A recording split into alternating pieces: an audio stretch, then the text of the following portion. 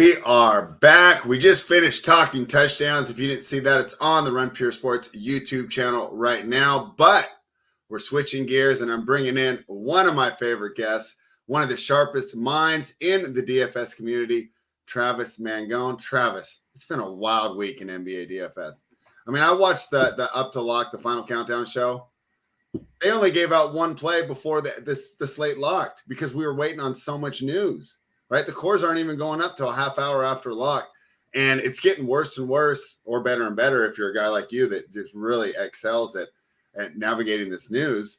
But it's been tough to play this DFS this week. There's no way you can even think about entering a tournament if you're not around your computer between the time the game starts and that middle period of the end of the first games. What have been your thoughts about basically this ongoing trend of us having less and less information during the day? For the NBA, and how's it treated you? I know my guess would be that you're excelling at this because you're so good at it. I mean, I excelled with getting the news in, but then I had Ben Simmons and he destroyed me. And it's tough because I had Ben Simmons on both my teams and I didn't want him on both, but it just kind of happened. I had no time, right? I mean, it's just tough. So I mean, the Burks thing was great, low owned, awesome, love that. But I don't know. I'm definitely down to have because I know in March and April, we're going to have some crazy news slates. I'm down for some less news slates right now, less guys out. So yeah, that's kind of my thought process on it right now. Hoping that's the case today. We got some stuff. Yeah, I was looking through today. I think it's going to be a little bit easier for us. I think the major news game is the first one, right?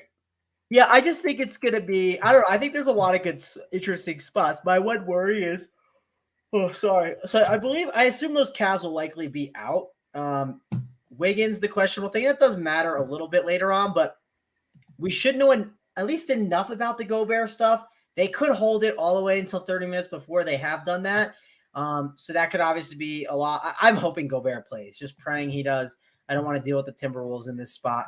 And then we should have all the Pacer stuff, right? The Nembhard, the Neesmith, the Miles Turner, but Spread, do you really want Miles Turner to be out? Because this is what happens, right?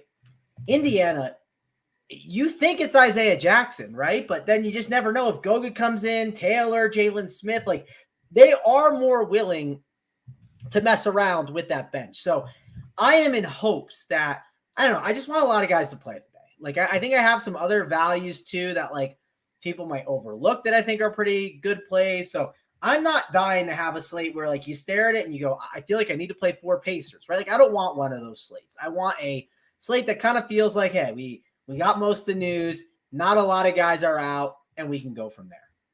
All right, yeah, and that's what I was hoping. And the cool thing is I'm going to start to build a little early. A lot of times I'm afraid to do that on the NBA. I just figure there's no reason to do it this early in the day. But like I said, with the major news that we're waiting for, and who knows, right? This can all change, right? Because that's been a hallmark of the NBA, guys just popping up, even after. What was it supposed to be mandated? It was supposed to be 3 Eastern, 12 my time, right? For an injury report. And it just seems like they did it yesterday. They did it yesterday. Remember, all that news came at the same time. We'll probably get more news on this show, I bet. And what about the Pistons changing their starting lineup after lock? That was kind of a so it wasn't it wasn't after lock. It was 90 seconds before, excuse me. The Pistons have done that before, to be fair. They actually have changed their there has been misinformation given out on the Pistons lineup in the past. I don't know if that was planned or what, but when there's certain teams you kind of know their schedule and routine, and that is part of the Pistons. You could, I'm not saying that you can't go and get him, but I think it's Alec Burks in that spot. But there was a chance, and it's a very low percentage chance that it was wrong, just because that's how the Pistons are. But I think the main reason for doing it was, why wouldn't you showcase Alec Burks and then just hope someone wants him in a trade, right? I mean, it's that time of year, right, where you start showcasing these guys that, yes, we might know who Alec Burks is, but people kind of turn their heads and they're oh, we're trying to make a run. Maybe Alec Burks could be a piece. We didn't think about him. Right? I think he would help a contender. Of course. A nice 10 to 15 minutes a night. He could really shore up a bench unit for a team that needs it, right? Yeah, and in the Mavericks, that's for sure. And in the postseason, I'm not saying he's going to be perfect in the postseason, but he's one of those guys that based on matchups, you could be like, wow, having his shooting is very valuable for this matchup. You know what I mean? Like, so. And he's never going to sink you. What? He's never going to sink you. He's not going to go out there and play hero ball. He usually makes the right play. Yeah. I think he's a good addition to that team. Of course, yeah. And then so you're going to start seeing some of that come into play a little bit. So, I mean, that's some things to watch for sure. But, yeah, I don't know. I like this slate so far. At my, like, first quick looks, I haven't ran anything, so I should do that while we're getting underway. Just to see. I mean, sometimes I, like, have one read on a slate, and then, like, I actually look at the projections and, like, things don't make as much sense. So, I think I'm going to like this slate, but it's pending the news, right? Like, I really – let's see I want to see the Timberwolves prices real quick. All right. While you do that, Notch read is 4-3. I don't want to deal with that crap today. Like, I don't want to deal with pounding Timberwolves in my lineup. Like, I'm good. Just please, just play. Go. To be fair, Rudy's been questionable most of these nights, and he's been playing most of these nights, right? No. So actually, it's been. This is what it's been. Ever since the Utah one, he was questionable for like 3-4 games, didn't play. Then since Houston, the past two, Houston and the Pelicans, he's been questionable and has played. Okay, so I assume he's questionable and on the report for a while, going to continue to play. Keep in mind, Ant Edwards has been questionable forever and has played every single night, right? Right. So, and this is just understanding how some teams' injury reports are. Like, for instance, the Lakers last year, and even this year, they're still a little bit like it, but like LeBron is always on it. AD was always on it last year. So, like, just calling that out as well. Like, you have to understand how the team operates injury-wise, and that's exactly how they operate. They put a lot of guys on their injury report over there. Yeah, it seems to me with the Timberwolves and the Lakers as well, if a guy gets extra treatment, they go on the report, regardless of whether or not they're going to play. Yeah, I mean, Taurean Prince was literally questionable every game and, like, just kept playing, right? Like, same with Ant. So I assume he plays. It's unless the groin somehow acts up. But if it acts up, I think they'll like instantly like axe him from the lineup. You know what I mean? Like you'll instantly hear it the second it happens during warmups, I guess. All right. If it's your first time joining us, this is the NBA Rundown brought to you by RunPureSports.com. Run Pure Sports gives you the best in sports betting and daily gambling information, daily fantasy information, sports gambling, daily fantasy. I could do this. If you want to join and you're not a member, it's the best tool to help you navigate this up to lock news. You get the cores, you get the playbooks, and of course, the premium Up to Lock show featuring Holden, JSU, and Big T. If you want to join, never a better time, right? We got the Super Bowl coming up. I know that you guys are going to dominate there. And you can just choose your favorite guy on the screen. My promo code is SPREAD15. You can use that. Gets you 15% off your first month.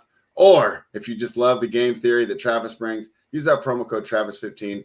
But whichever code you use, just take advantage of it. Become a member. If you're betting more than $20 a game or betting, entering more than the $1.25 contest, it's going to be worth the money. So now that we've got that out of the way, hit the thumbs up. What we do is we go through the slate from a betting perspective, and then Travis is going to break down how he's approaching it from a DFS perspective. The first game on the slate, the Milwaukee Bucks are -8. They're in Indiana. Travis's total's 240. Pretty high total for a team missing Tyrese Halliburton. The Indiana Pacers had Halliburton go out 8 games ago. They're 1-7 since. You're looking at this team. TJ McConnell's a capable backup, right? So when he's on the floor, they're doing okay. The problem is the backup to the backup, right? And that's Andrew Nembhard. And I know that Nembhard's had some nice nights from a daily fantasy perspective, but from a betting perspective, you can see why he went in the second round. Yes, he can put up points. He's terrible on the defensive end right now. I'm not saying he's not going to be a good defender, but he's a rookie going to get point guard's the most loaded position in the NBA. So that's where the Pacers have really been struggling, is in these bench minutes. So even if this game seems close to start, right, I think the Pacers are really going to struggle when McConnell hits the bench. I have this game projected to pretty close. I did like the under here, however, but that's scary when you're looking at both these teams. What are your thoughts on this one, Travis? Yeah, Spread, you said the Pacers are 1-7 since he's out. Guess who had him as their best bet on Tuesday on the show last week or during this week? Who had that the was Pacers? You, right? Yeah, it was the Pacers. The one win, right? They got their one win. We got in, we got out, right? So Pacers, I mean, I don't think it's like the craziest thing for them to be able to compete a little bit in this game. What is the spread again, you said? The Bucks are favored by 8. I mean, I'll just call this out. The Bucks have not been as good defensively. Giannis has also not been as good, like just period. Like he's definitely had his struggles. Our team, the Pacers, are great when he could take advantage of matchup wise. Yeah, I mean Giannis at 11-5 isn't someone to ignore DFS wise. I do think you could see the Pacers cover this number though, spread. Just because now that I shouldn't say now, as of recent, TJ McConnell has been starting, right?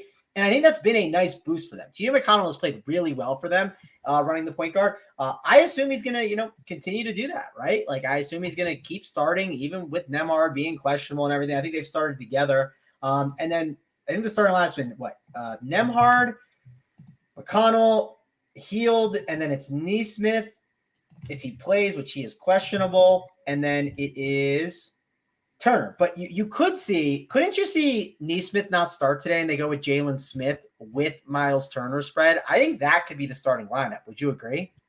I'm really surprised that Jalen Smith doesn't get more minutes. He just seems like a guy that came into the league so raw, but he has all the tools to really be. I mean, I'm not saying like a star, but a top level contributor on a team. I agree. The issue that you have with him is he's in a spot where Rick Carlisle doesn't trust him, and Rick Carlisle toys around with minutes. He's also kind of a really good direct backup to Miles Turner play wise. You know what I mean? Like it's a solid direct backup. Not obviously if you want a different look than Miles Turner, you can go to some other type of big. But if you're looking for, Miles Turner, we want to play the same style of basketball, Jalen Smith is a good option for that. But the reason I say he's interesting at the 4 today is because they need the size, right? With Brook Lopez, on top of having Brook Lopez there, you got Giannis with his size inside. So you could make a case that Jalen Smith does start today. I think I could see it. How much has Carlisle been switching to starting lineups though? He's toyed around with it a little bit. Like Mathurin went in the starting lineup and then went out. That's why McConnell's now in there. He does toy around with Nesmith a little bit. Nesmith starts a bunch, but he also sometimes doesn't get that start, so it just depends. But he's been consistent with Nesmith for the most part, but he does pick his spots where he doesn't play him for sure as the starter. But yeah, I think that could be intriguing there as a value, but we won't know that news, right? And he's 3K. And then also we know Jalen Smith has foul problems too. So if you see Jalen Smith in there, you'd be a little concerned for sure as well. Tournament wise, Miles Turner always has upside at 7-1. If he plays, he could be interesting. If he sits, obviously we're going to like all these guys. Like Jackson at 3-2 would be probably a top value on the slate. But I still like TJ McConnell. I think he's in play. I don't know if he's a lock or anything like that, though, at 6.5K. He's going against Drew Holiday defense likely, I would assume. Drew Holiday would draw that matchup, chasing him around for the game. And he's 6'5", right? Like, even at 6'5", if you get 40 DK points, yes, you're excited about 40. Don't get me wrong. It's a great score. It's something I like. But is that going to break the slate? No, it's not going to break the slate. It is only a 5-gamer, so you can make the case that could be a winner and could be optimal. But that's just the point I'm getting at. And like the other day, TJ McConnell was 6'1", and he got 30 DK points. And that wasn't optimal or for sure the winner, right? You're fine with 30. You're not going to be upset. But that's the point I'm kind of getting at with his price tag now, is there is potential to not only bust, but play a good game and still not be, one of the top players on the slate or anything like that. So you could make a really good case for Buddy Hield at 6-1 spread.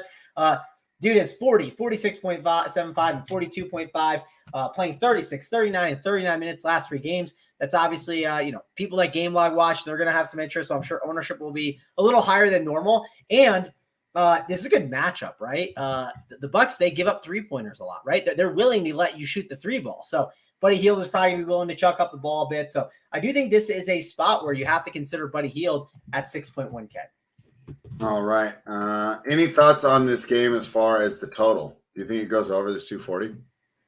Ooh, that is a high total. And it's high because how bad the Bucks defense has been, right? Like that is part of the reason why. The pace as well. The question is, do the Pacers have the offense to take advantage of it? And my original argument is no. I think they're going to be too one-dimensional. I think they have it. The problem is, can they be consistent enough, right? That's the real question. I think they have the firepower if the guys get hot, but Can they be consistent? That's the concern. I'm trying to think it through. You know me, I'm not huge on the totals. I would probably stay away from this total right now. It feels a little high. If I had to pick a bet, I'd say under, but if I bet anything in this game, I'd like the Pacers +8 the most.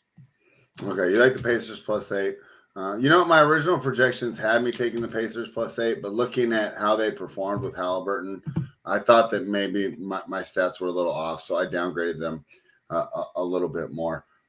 Final player I want to talk about, you mentioned him a bit from the defense, but don't you think this is a good matchup for Holiday on the offensive end as well? He's going to have huge athleticism advantage on both Nembhard and McConnell, whoever he matches up with. Seems like he could be in line for a big night. And I know, McConnell's feisty and runs around, but it's not like he has to guard a guy like John Morant, De'Aaron Fox, Shai Gilgeous-Alexander, a guy that's really the key to their offense. What do you think of Holiday? Yeah, Drew Holiday at 8.5K. I'm just not dying to really get there. It's just it's a price problem, right? Okay. If he was 7.4, sure, I think I could sign up, but the price tag is really tough for me. Okay, excellent. Let's move on. Memphis Grizzlies are -3 in Minnesota taking on the Timberwolves. The total is 238. Let's talk about the Memphis Grizzlies first. This has been a tough road trip for the Grizzlies. Travis, they had a franchise high 11-game win streak, right? They soared up the standings. They're about to hit that number 1 spot, and this road trip has been a disaster for them. I believe they lost all 4 games on the road trip, right? I mean, they punted the game against us. They lost to the Lakers by 1 point. Phoenix smoked them that one night with nobody in there. And then, of course, I don't know if we all watched it. But can we make some jokes real quick? Did you see the Grizzlies Warriors? I saw some of it. Did you see that Jordan Poole took a shot so bad that Steph Curry got upset? I know that we joked about this yesterday, so my apologies to people who watch the show every day, but I still can't get over how funny it is to take a shot that's so bad that your teammate gets himself ejected. Yeah, I mean, it is absurd. The ejection was stupid. He didn't throw it at a ref. It's just one of those rules, though, right? I mean, you can't and it's happened to him 3 times before, so it's not like he completely. Yeah, but it was because he threw it. It's because he threw it at a ref. He didn't throw this one at a ref. Yeah, but just keep your mouthpiece in.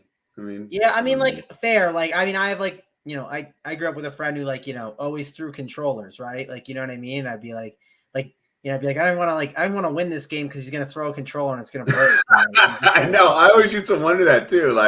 But I mean, they're more expensive now. But even back then, it was you really want to spend $20 on a new controller? It bothered me so much. I'd be if I won, I'd be all right, well, he's going to, there's a chance this controller breaks. Now we're down another controller. Great. You have to get that mad and throw your mouthpiece. Probably not. Okay, but that's 4 losses in a row for the Grizzlies. This is a tough travel spot, right? So they played in San Francisco on Wednesday night. Now they're all the way up in Minnesota. Minnesota, a team that's been playing better as of late, right? We were all out on the Timberwolves, right? I was having to eat an L every single time I came on the show with you, right? As they're middling around playing status. They're moving up the standings. They seem to have found something. And, hey, am I surprised that, hey, you turn over to a real alpha like Anthony Edwards instead of Cat and all of a sudden your offense runs better? I'm personally not surprised. I think the Timberwolves have a good chance to cover this +3 and win on the money line here. What are your thoughts? Yeah, I will give the Timberwolves credit for collecting a W against New Orleans. I was surprised they got that win. But again, Rudy Gobert is in there, right? And that doesn't normally equate to the W's, in my opinion, when it comes to the Timberwolves. But they're playing a lot better. Yeah, I was writing that. We were writing that narrative on Wednesday, and we caught the L there. I'm telling you, I agree. They impressed against New Orleans. What can you do? But I think it's one of those things. And again, if you wrote the narrative on Monday, right, it worked out. At least I did there. I'll admit, I didn't actually bet New Orleans because I did when Gobert's in, I normally bet it. I forgot to, and then I was looking at it, and I was like, when do I do this in game, right? And I was waiting for the chance, and then I actually forgot again, and I was like, oh well, I didn't get it in there, and I got lucky. So, but I don't know. I might go back to the well on Memphis. This is the problem, right? Is this a spot spread where is it the get right spot for Memphis where the line has gone too far, or is it a spot where, Dougal talks about in baseball, right? People say oh, the Cardinals have lost 9 straight. This is the spot that they're gonna finally win, and they just keep sliding. You know what I mean? Is this the Memphis keeps sliding, or is this the spot that they bounce back? You could spin it any narrative you want, right? You talk to your buddy at the bar, he's like, oh, this is a great Memphis bounce back spot. Or you can say, oh, it's a great spot where Memphis just skids. You know what I mean? So for me, if I had to pick, I would lean Memphis bounces back here.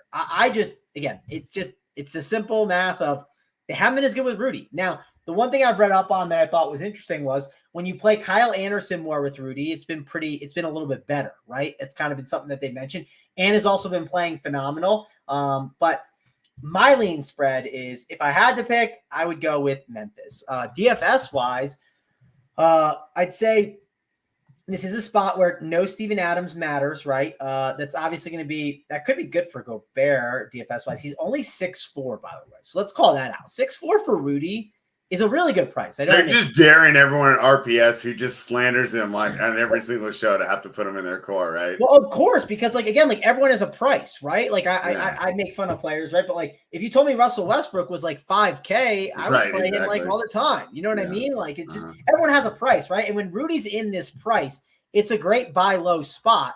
Buy the dip, and it goes back up to that 7K range, and then wait for it to dip back down. And no Steven Adams is good, right? I mean, that's beneficial to Rudy Gobert. And on the flip side, no Adams is going to be, on the flip side, it's going to be good for the other option as well. So if Adams was in there and no Gobert, that'd be huge for him. So as we keep moving this thing along, the power forward position, who did I want to talk about there? Oh, I want to talk about Kyle Anderson at 5'5", because if Rudy missed, I think he'd be interesting. I do think that all these guys, all these wing players would be interesting if Rudy happened to miss because of how the game would go. Also, I think Ant Edwards is intriguing at 9K. He's not a play to jam in there. The one thing to call out on this slate, not a lot of guys you're dying to play, right?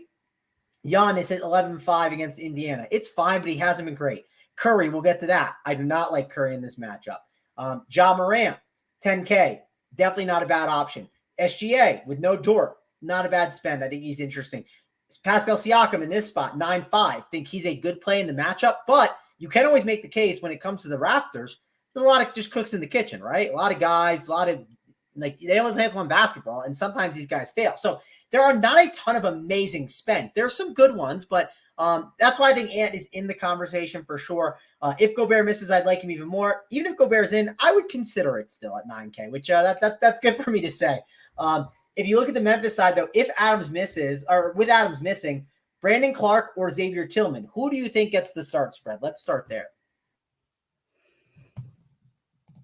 Brandon Clark or Xavier Tillman? I think they start Xavier Tillman, but I'd rather play Brandon Clark. He's been huge in these recent games. And in fact, I talked about him as a key. I had some fun. I went on an Australian podcast, the Betting Board podcast, and I said, hey, this injury to Steven Adams gives us an opportunity here to see how Brandon Clark will do. And I felt kind of vindicated as I watched him put up a really good night against the Warriors. So even though Tillman probably starts, I think Clark plays more minutes and is a better play. But so I agree. I agree with a lot of what you said. It makes sense that Tillman starts. Tillman absorbs some of the foul stuff typically, right? And plays that traditional big that makes sense for a big body for Ja and the picks and everything. That way he can drive to the hoop. My issue that I'm having is, one, I think Tillman's fine at 3-6, but if you play Brandon Clark and he doesn't start, you understand you're getting a bench guy that could get in foul trouble, right? And this matchup isn't easy. Now the Warriors matchup, that's a great matchup. Again, that's a great point. I make fun of Rudy Gobert all the time, but his rim protection is great, right? That's the thing that can be you're not liking playing centers that are good at finishing around the rim. I want Brandon Clark in spots against Golden State where he can just finish around the rim easier. So I think that's a good point.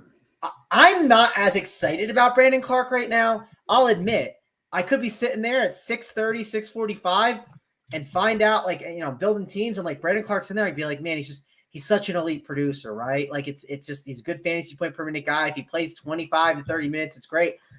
Ownership is going to be a real decision point with him. It's just, he's a tough one to really peg of how I want to handle it. Because I could see him playing the 32 minutes of Golden State, and I could see him playing the 14 minutes he played against Sacramento where he got in foul trouble. I could see either scenario. So definitely something to think about. I know it's Something about that Sacramento game, though. That was a punt game. What? That was a punt game. They had no interest in winning that at all. Yeah, but he did get in foul trouble, and it is fair. He lost that whole second half of runs. So that's another fair point to bring up. But I'm just calling it out, man, because it's tough for sure. Yeah, and I think you're okay staying away from both those guys, right? I mean, it's not a showdown, right? Yeah, I mean, yeah, but they're still when one of them starts, they pop. They just do. You pull up the projections and they're in there. I promise. They won't not show up. They'll be there. So you have to make some decisions on it. You have to think about it at least. And I like to try and think about those things a little bit earlier, just because if I know it's a decision I'm going to have to make later, I want to get ahead of the curve, so I'm not like sitting there wasting time because time is super valuable, right?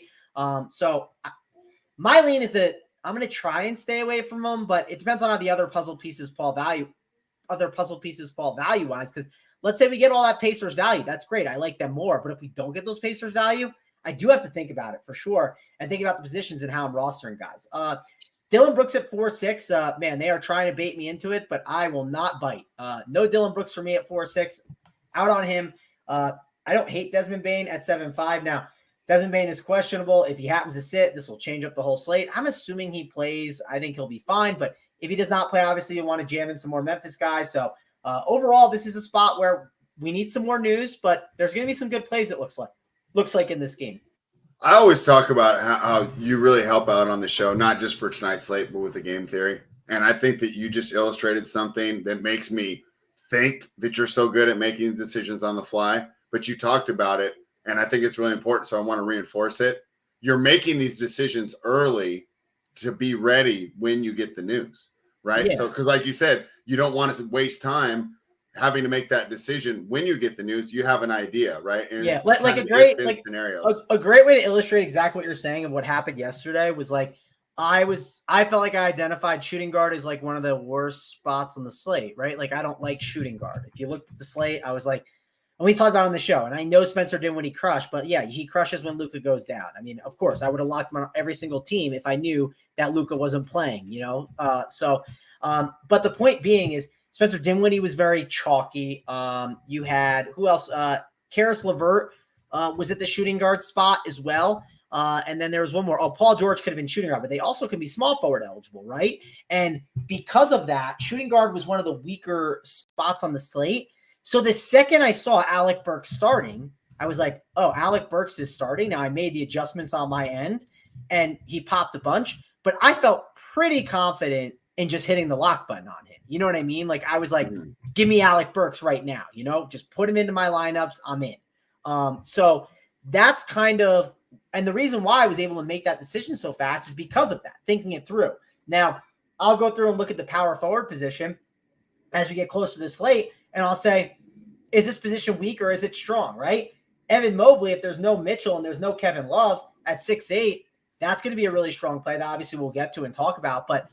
And we might not have that news in time, but that's going to be one of the decisions I make is how weak is power forward or center? And do I need to play a Xavier Tillman or a Clark based on the value plays I have and based on the positions and what I'm being offered right now versus some of the plays that we could get later on as well. All right. So great points there. Not only giving you the winners for tonight, but some game theory that you can take forward, make yourself a better daily fantasy player. The Orlando Magic are now plus 8.5 in Miami, taking on the Heat. Heat taking a little money here. This was 8 earlier today. Total, lowest one on the board, 219. Magic have been playing well, Travis. They won 3 of their last 4 games. They won 2 in a row. They beat Boston on Monday night. And then who'd they beat on Wednesday? I can't remember off the top of my head. But anyways. What are you talking about? The Orlando Magic. Yeah, I don't know. They've been playing well, though. I don't know. Oh, they beat the Pacers. They beat the Pacers in that game. We were on the under. I didn't care about the side. We were able to catch, or we on the over. I didn't care about the side. It was actually pretty. By the way, we just got spread. We did just get some news. Nothing huge. I mean, it does matter. Mitchell's doubtful. Love is out. Rubio is out too. Which Rubio being out is pretty big as well. So we'll obviously get to that game, but the value, like we've had that now, that value is opened up, right? And some of it is mid-tier value and some of it is cheap value, but we'll talk about it. It'll definitely be a good slate to slam in some Cavaliers. Excellent. Yeah. And that's fun because, right, we weren't necessarily chomping at the bit to play these Pacers and these T-Wolves, right? So, yeah, I mean, we could get more interested in them. Like, for instance, like if Gobert got ruled out, which I don't think he's going to, but like Naz Reid, right? Like would just be like a slam in the projection play. But I kind of like, and it gets a little backloaded, which I like a good backload slate. So that'll be interesting to talk about. And it's another interesting thing to talk about, spread, is how spaced out these games are today, right? Like DFS wise, like they're just completely spread out. Where like even betting wise, if you want to bet something early and then bet something late, and then like if you have to hedge something, you can hedge something if you want news wise. Like there's little angles you can take, but it's because that we have that game, the Toronto and Golden State game, which starts at 8. So that's going to be a little interesting wrinkle on the slate. All right, well, let's talk about this game here. We the People's got this game going under. Hey, it's weird. I'm glad AP's not here today because I got a lot of unders, and I know he loves these Friday night overs. Orlando Magic, playing better as of late. Wendell Carter Jr.'s been playing well. I like him to get a double-double, so I'd be interested to hear your thoughts on him from a daily fantasy perspective. Of course, Banchero, best player on the team, and I like what they're building down here in Orlando. And now they're facing a Miami team that really had a slow start this season. But you start sorting just by the last month, they're back to what we expect to be. One of the best defensive teams in the NBA.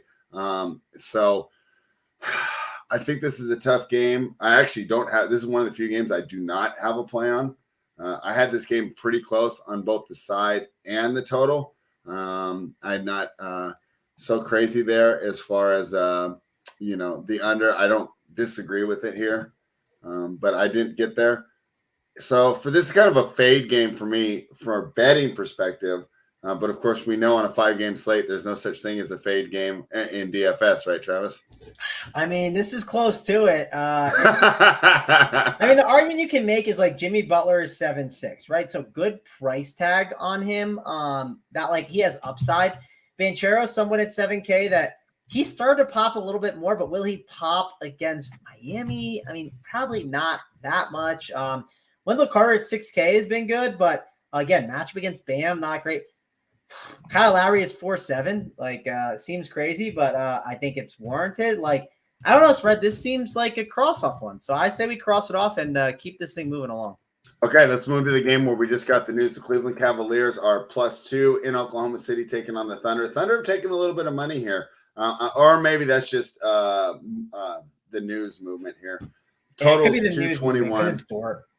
Yeah, total. Yeah, and it only moved a point, right? So it shouldn't really affect your projections too much. My play here, I hate to sound, I like the under again. And this is really which team's going to be able to impose their will on the other. Cleveland Cavaliers allow the least points per game in the NBA. Oklahoma City Thunder like to get up on the floor. They're also weak in the middle. So even though my projections didn't really give me an edge, I'm starting to think this could be a great spot for a Cleveland team that's one of the biggest teams in the NBA. Talk to me here, Travis. This wouldn't be a projection play. It would just be, hey, I watched the games and I think this is a good matchup for the Cavaliers. How do you think Cleveland does tonight, even with the injuries? Any interest in taking it either +2 or +105 on the money line? Is Lou Dort considered superstar subtraction spread? No, okay. Shea's the only one. Giddy's not. Checking. Nope. I'm just checking. Yeah. Obviously, I like myself some Lou Dort, but I mean, so let's start with Cleveland. So obviously, these guys are going to be good values, right? Like Jared Allen, and by values I mean like they're mid-tier values, right? With all these guys out, Allen at 6K, good play. Evan Mobley at 6'8", pretty good play. LeVert 5'2", I'd love him in this spot. Darius Garland at 8'3", really strong option. You can even make the case, and I've won some money with him in the past. Rail Neto, it could be a Rail Neto night at 3K. Really, he could definitely get more work. I mean, so I don't think he's the worst idea to pop up. Also, another thing I think that's intriguing about Jared Allen as a big here in this spot, we've seen OKC be better against big men spread. Would you tend to agree that they've been better, I'd say, since Poku's gone down? Yeah, I mean, is that a surprise, right? That the 7-foot guy who weighs 140 pounds is having Strom's defending down in the post? So it's not, but so here's my counter. Could you also make the argument sometimes the reasoning for maybe those bigs not dominating as well is because Lou Dort is so good defensively that when he's not one of those primary guys, he hurts the dribble and drive to the hoop, right? And to be able to get the ball inside, that maybe that could open it up inside a little bit more today. Again, I'm spitballing here. I don't know if that's true, but what's your thoughts? Or is it mainly just, hey, the Poku thing, and that's the reason why? Yeah, I mean, I think that you're correct, but I don't think it would have like as big as impact. Yeah. Because they soft switch so much that you can get away from Dort if you really need to. Well, yeah, and it's a small thing I'm thinking of. And again, like he's already a good play, Jared Allen at 6K, right? Like he's already like in a good spot. He's going to play a pile of minutes. I mean, the dude played 35 minutes last night, and I believe that game blew out, right? I think that's last night's log. Yeah. So let me pull up Popcorn just to see how they closed it out. They let's see. So Jared Allen played 35 minutes last night. and he didn't play the final 4 minutes, right? And his rotation in the first was how much he missed? 4:55. He came back in at 3:15. So he sat 2 minutes in the first, 6:47. So the dude played 20 minutes or more, like 20 or 21 minutes in the first half. Like the dude's just in a monster spot, right? So gotta like Jared Allen, gotta like Evan Mobley, gotta like Garland, gotta like LeVert. All three amazing plays.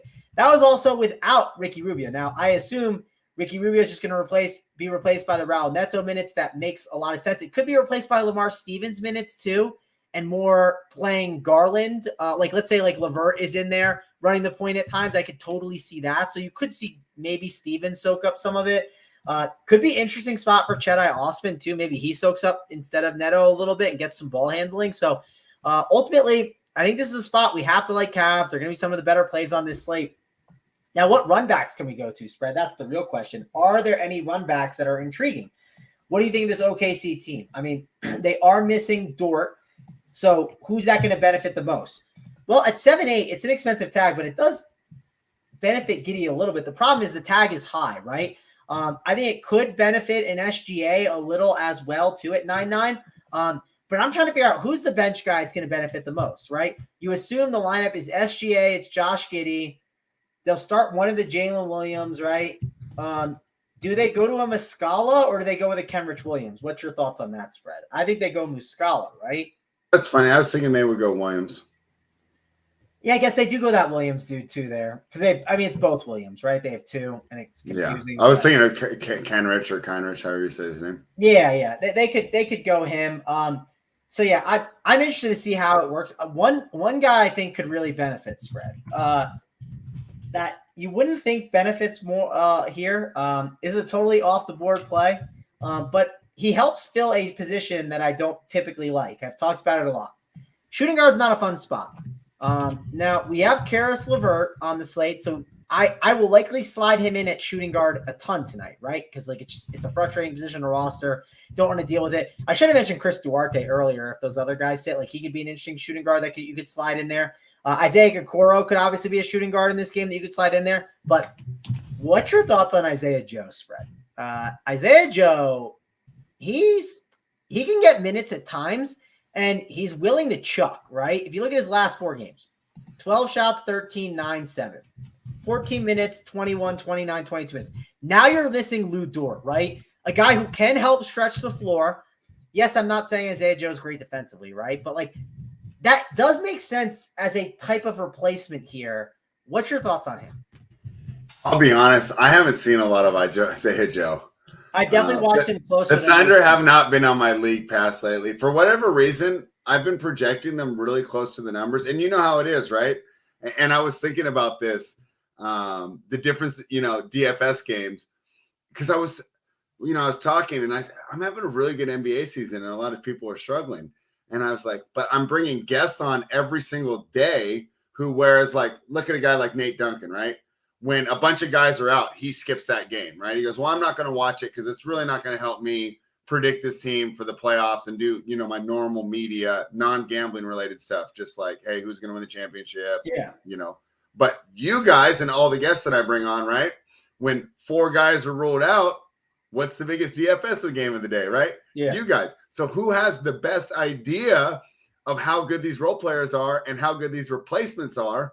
But you guys that are targeting and actually spending time watching these games that a lot of the major media guys or guys that just do normal content, fan content and not gambling or DFS content are skipping because they're saying, well, it doesn't do me any good to watch a game with the Nuggets where they sit, all 4 of the guys and the only one starts is Aaron Gordon. So I'm going to plead ignorance there on Isaiah Joe, but I just wanted to point out how much the meshing of DFS and the gambling by doing the show, I think has helped me succeed this year in betting the NBA in a year that a lot of people are struggling. Oh, and can I also point out, as long as I'm just going to go on a little tangent here. Yeah, go for it. What's up with the tweet that says the NBA is a joke because, quote, let me paraphrase, the team that I expected to win didn't win. And so last night, Boston didn't win, right? Oh, yeah. So the NBA is a joke because the favorite doesn't win every single night. I mean, give me a break. The New York Knicks are a solid basketball team too. And we talked about on the show before. And hey, I'll take the L in that game. We took the Celtics. I took the loss, right? But it doesn't make the NBA a joke. It means that we fail to recognize that when you're the Boston Celtics, you're the reigning Eastern Conference champions. These teams get up to play you every single night. It's on TNT. The NBA is not a joke just because the favorite didn't win. All right, I'm going to throw it back to you, but I don't have a strong Isaiah Joe take. All right, well, I do. I think he's a good play. I think he's not his own. I know someone in the chat said Chris Duarte over him. Yeah, I mean, Chris Duarte's probably all in all better, but like if you want a guy that no one's going to play, it's him. The no one's going to play that gets the job done for you. I think it's him. So, but I think he's talking about on tonight's slate. Yeah, no, he's saying Duarte over him for the slate. Yeah. And do you agree with that? Well, I mean, like raw points wise, no. Because Big T's been slandering Duarte. But here's the thing, raw points wise, like, yeah, you're right. Like if we're talking like heads up, yeah, I want Duarte, but like ownership matters, right? Like there's a chance Duarte comes in a lot higher owned. He was 12% last slate.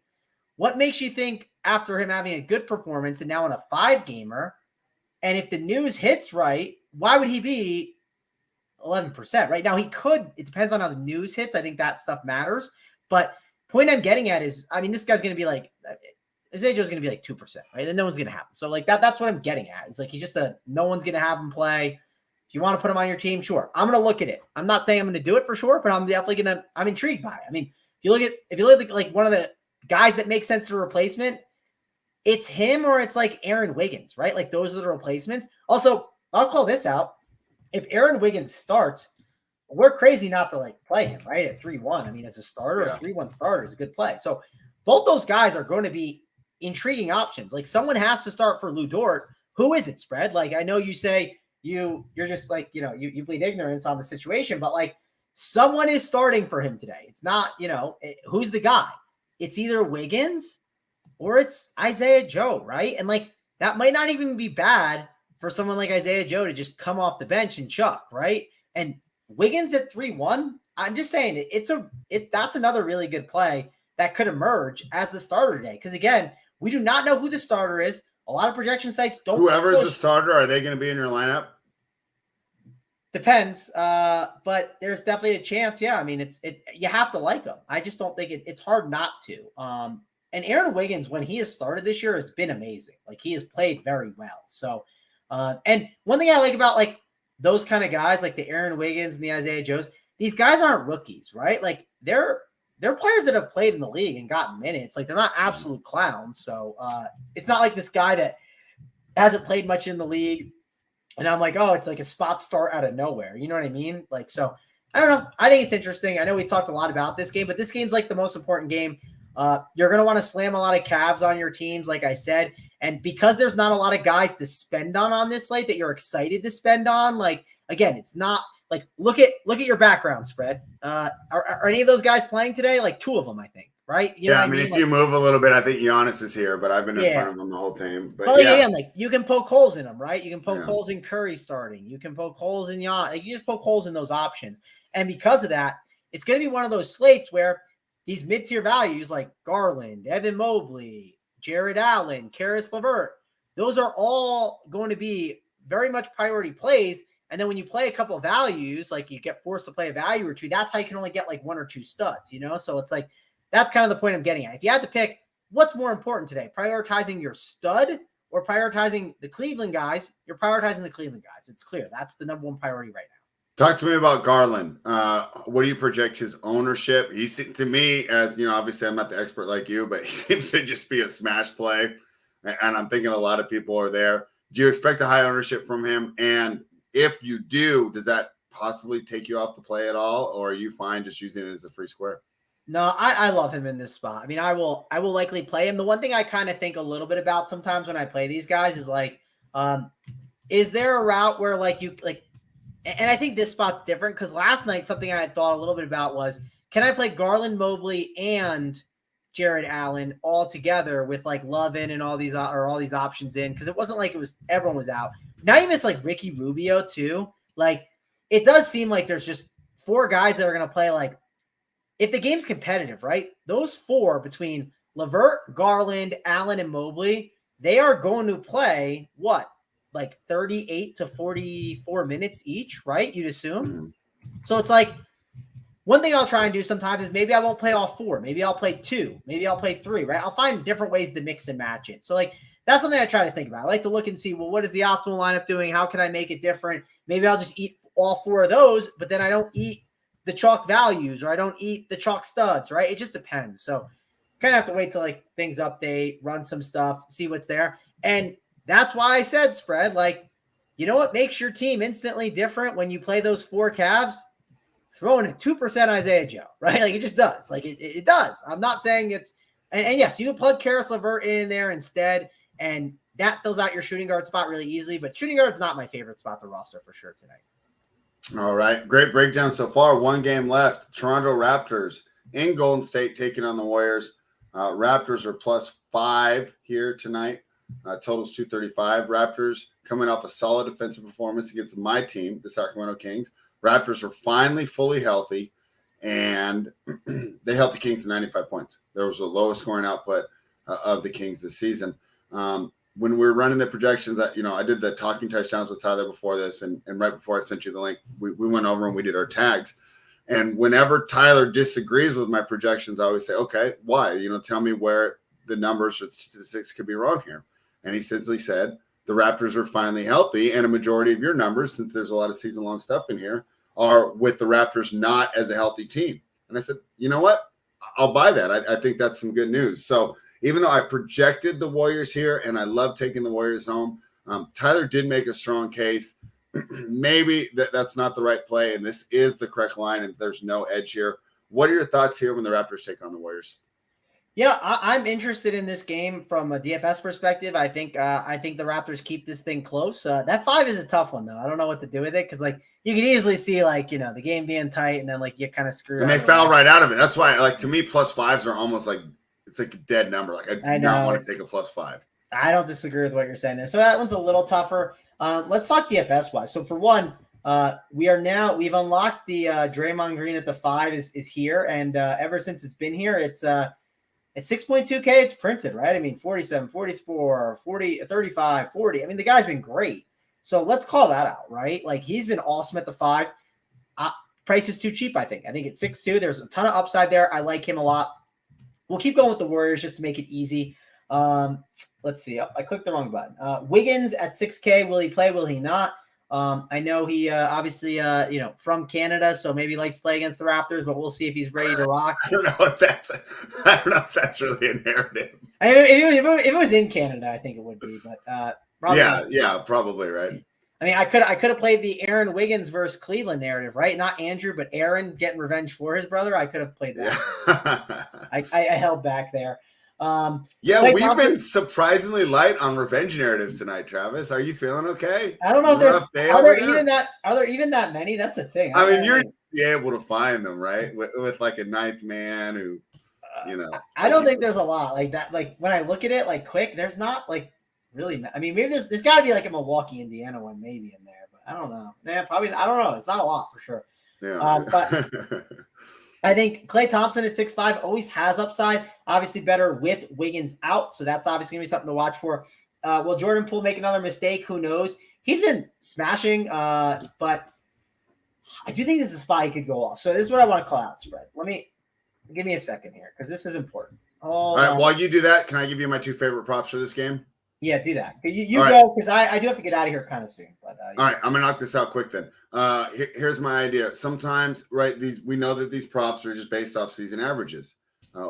What we need to do is find something where almost like those projections earlier, where we think the season averages aren't reflective of what's going to happen on the court tonight. And I think that's happening now with this Warriors change in the starting lineup. So the 2 ones that I'm targeting are Draymond Green over on rebounds and Jordan Poole over on points. Right, Poole's been moved in the starting lineup. Draymond Green is now the center. He's been getting more rebounds since they've changed the starting lineup. He's had double digits. He's had like 13, 11, and then 13. His number's set at 8.5. He's only averaging 7 on the season. So you see they moved it up 1 rebound. I don't think it's enough. Same thing with Poole. Now he's in the starting lineup. The usage has increased, especially with Wiggins out. I think his number's too low at 21.5. So I like Draymond over rebounds, Poole over points. Go ahead, Travis. Okay, so this is what I want to get to. 1, 2, 3, 4, 5, 6, 7. Okay, here we go. So this is exactly what I want to look at. Okay. So You understand how the Raptors play defense, right, Spread? They just switch everything because they're all 6'9" and it doesn't matter. Yeah, they just play box and one, right? Yeah. So what is that going to do to Steph Curry tonight? That's a great point. He's screwed. Like so here's the game logs, okay? I will read you them. Steph Curry has not had over 52 DraftKings points. Over 52, and I am kind of cherry picking the number a little bit. But again, 52 DraftKings points since 2015 against the Raptors. Now, here are the games. 51.25, 47.75, 51.5, 47.5, 19.25, 42, 29.25, 27. You can say, Mangone, you're wrong. I mean, he just missed his shots. It's variance, blah, blah, blah. Spread, can you tell me this? Steph Curry's shot attempts. 10, 16, 16, 12, 12, 20, 18, 19. How do those sound? And the ones that I said, once I hit that 20 mark, the ones that were 12, 12, 16, 16, 10, that's from 2018 on when like Nurse has been there more, right? So like, point I'm getting at is Steph Curry's one of the worst plays on this slate. Do not spend for him. Now, if he's a bad play, who are the good plays? Well, when you play box and one, where's the ball rotated? It starts rotating around, right? So who do we want to get it to? Well, let's see how Klay Thompson's been in this matchup, right? Like, let's just simply look. Maybe he's the guy who benefits. Like, I don't know. And if you look, here's his game logs. 34.75, 22.75, 32, 36, 43, 39. I mean, for that price, that's pretty solid. You'll sign up for that. I don't know how Jordan Poole's been. I think Poole could benefit as well. Jordan Poole's games have been, and I don't know who's been in it. I don't know if they'd be as good because his role was so much diminished then. Well, he has a 55, but I mean, I'd have to look at the actual game because he had 43 points. I'm sure Curry was out for that game. That's probably one of those. But I assume what happens though, Spread, is when the ball keeps moving, it moves. Who does it land on? It lands on Draymond a lot, right? And what do the Raptors do? They're going to back away from that, and the ball's going to be in his hands, and the usage is going to be strong. So he's got a 36, 35, 39, 26, 32, 42, 45. For 6'2", that's incredible. I mean, Draymond's just like one of the better plays on this slate, I think, tonight. And I like your take that you had. If you want to get really crazy, the performance double could be interesting, right? On like doing like the triple double with Draymond, it's probably a wild number, but you can. Oh, I think I looked it up. I think it was like plus 1,600. Yeah, I mean, you could sprinkle that for sure, but. Yeah, I think what I'm trying to say is it's a pretty good spot for the guys. And I bet you Wiggins has been good. Like, I bet you Wiggins would be good if he played too, right? He's had good games because it's gonna be the ball's gonna be funneled outside to the corners, right? And then the ball just keeps moving around and Wiggins is gonna be touching it. You know what I mean? So yeah, if you really want to look into this a little bit more, like go into NBA.com, look at the stats and look at like touch time, like when the Raptors play the Warriors, right? So I do think it's gonna be a pretty good spot for some of these Warriors. Really like Draymond.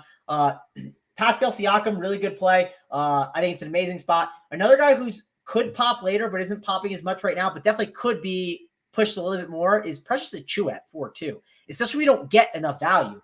And let's say we get some value. Precious is still a great play. I mean, 28 minutes, 36, 37. I mean, the dude has been a monster with his fantasy production too. And he's playing the Warriors who are really bad. Like, you could play Precious Achiuwa and Siakam together, and I don't think that's a crazy idea at all. If you're looking for a really crazy showdown play or like late night play, Chris Boucher could eat in this matchup too. Problem is sometimes his minutes are all over the place. He did miss that one game recently.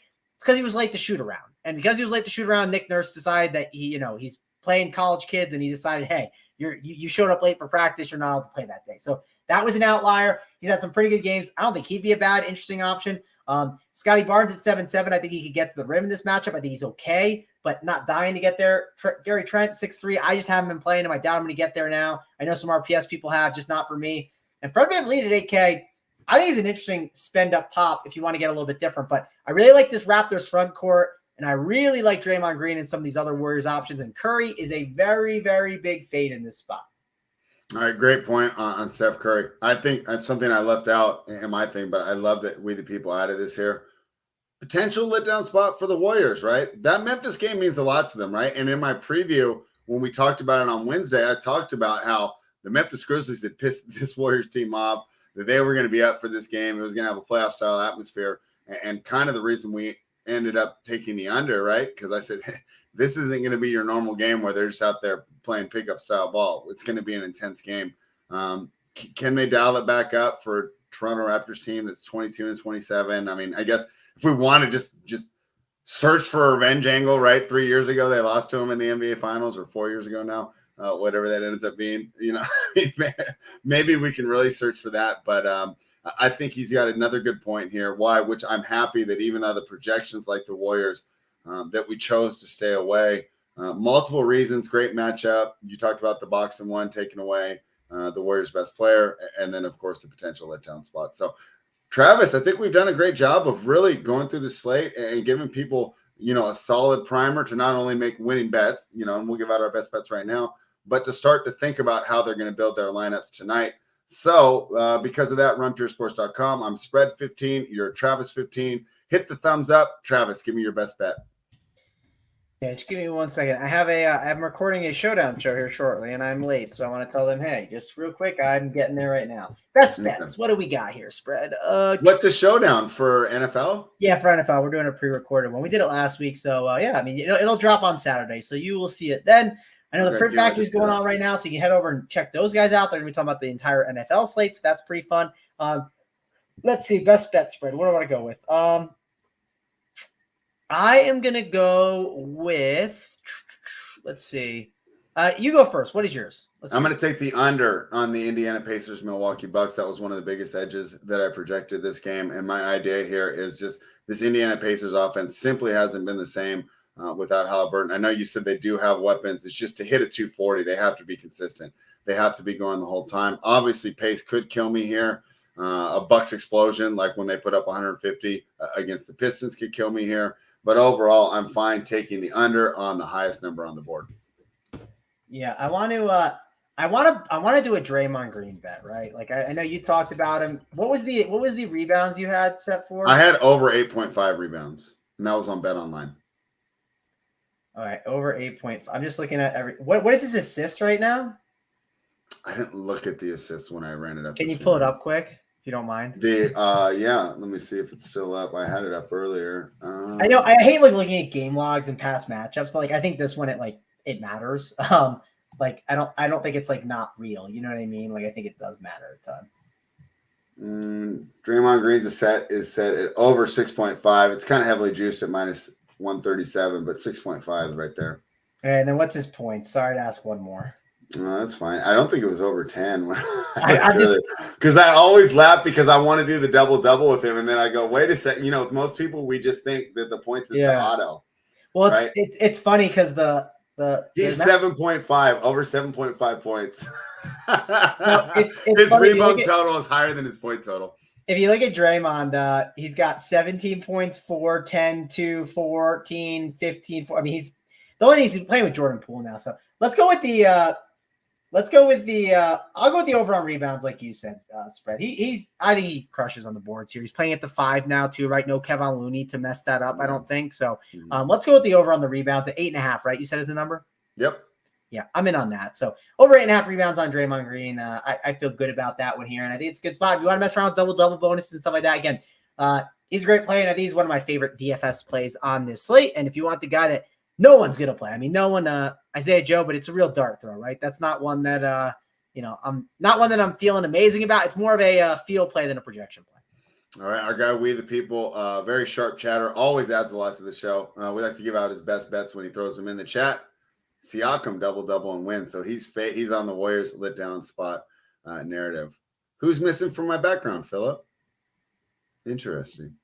All right, we'll see if we can figure that out. But Travis, let everyone know the great content that you're going to be producing for the rest of the weekend. NFL Championship weekend. It's a big weekend for us here at Run Pure. I had some fun building some lineups. I already submitted them, of course, subject to change. But I don't think we're going to get a lot of news.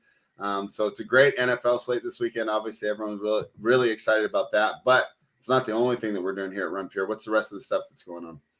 Yeah, NBA slate tonight. I'll have single entry 3-max stuff. I'll have it on Saturday as well. We got NFL all day Sunday. I'll have my single entry 3-max stuff for that. I'll have a showdown show. So lots of good content for you guys over here from me and from all the people over here at Run Pure Sports. And again, use spread 15 or Travis 15 or Mangone 15. Sorry, it's Mangone 15. Oh, I'm sorry. I always say Travis. I don't know. Yeah, you do keep doing that. Mangone 15 for 15% off. There you go.